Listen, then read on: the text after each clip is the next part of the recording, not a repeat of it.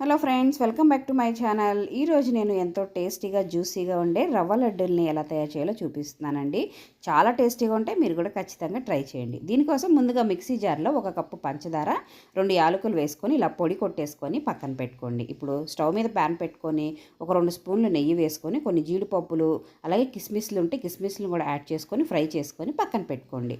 ఇప్పుడు అదే నెయ్యిలో 1 కప్పు రవ్వ తీసుకొని లో ఫ్లేమ్ మీద 5 నుంచి 10 నిమిషాల పాటు చక్కగా రవ్వ విచ్చే వరకు వేయించుకోండి. ఆ తర్వాత ఒక పావు కప్పు పచ్చి కొబ్బరి తురుముని యాడ్ చేసుకొని అది కూడా ఫ్రై చేసుకొని రవ్వ అంతా కూడా కంప్లీట్గా చల్లారే వరకు పక్కన పెట్టుకున్న తర్వాత ముందుగా ఫ్రై చేసి పెట్టుకున్న జీడిపప్పు అలాగే పంచదార పొడిని వేసుకొని చక్కగా కలిపేసుకున్న తర్వాత ఒక పావు కప్పు కాచు చల్లార్చిన పాలని కొంచెం కొంచెంగా యాడ్ చేసుకొని సాఫ్ట్గా దీన్ని కలిపేసుకొని ఒక 10 నిమిషాల పాటు పక్కన పెట్టుకున్న తర్వాత లడ్డూలుగా చుట్టుకుంటే భలే టేస్టీగా జ్యూసీగా సాఫ్ట్గా ఉంటాయండి. మీరు కూడా ఖచ్చితంగా ట్రై చేయండి.